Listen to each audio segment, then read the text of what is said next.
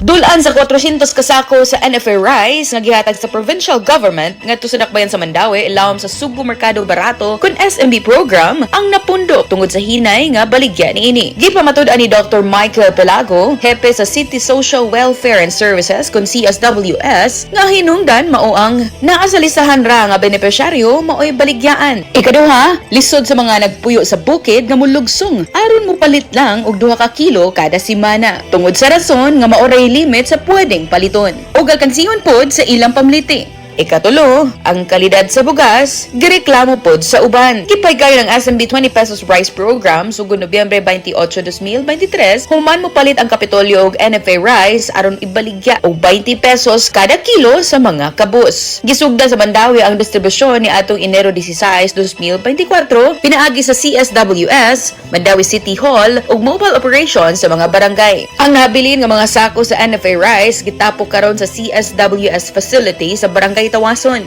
Mato ni Stella Alusilio, assistant sa CSWS, nga gipa-inspeksyon pa ang bugas sa City Health ug Agriculture Offices aron masuta kung luwas pa ba kining kanon. Kung okay pa, ipanghatag kini ngadto sa mga indigent nga mga residente. Temporaryong gisuspenso ang operasyon sa programa atol sa eleksyon ni adtong Mayo 12. Ug sa pagkakaron, padayon ang koordinasyon sa dakbayan ug sa probinsya kung unsay sunod nga buhaton sa nahabilin nga mga stock. Nanguna si Mayor Tadeo Junki Uwano sa pagklaro sa kahimtang sa bugas ug pagpangitag paagi nga mapuslan kini sa katawhan ilabi na sa mga nanginahanglan.